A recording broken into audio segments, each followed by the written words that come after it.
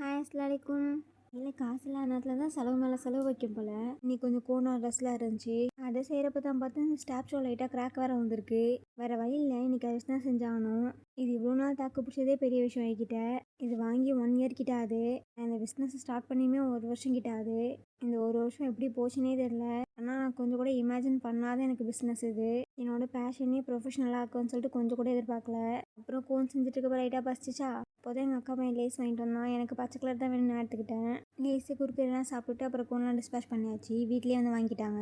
இப்போ எங்கெல்லாம் நடந்து போகிறேன்னு தானே பார்க்குறீங்க, வேற ஒன்றும் இல்லை. என் ஃப்ரெண்டு இன்னைக்கு கோன் போட கூப்பிட்டா.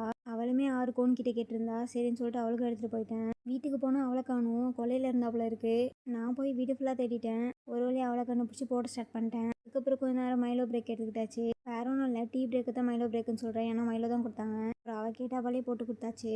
அவள் ஃபுல்லாகவே லீஃப் வச்சு தான் கேட்டா. வீட்டுக்கு வந்து கொஞ்சம் எழுதுகிற வேலையெல்லாம் இருந்துச்சு, ஸோ அதெல்லாம் பண்ணிட்டு இருந்தேன்.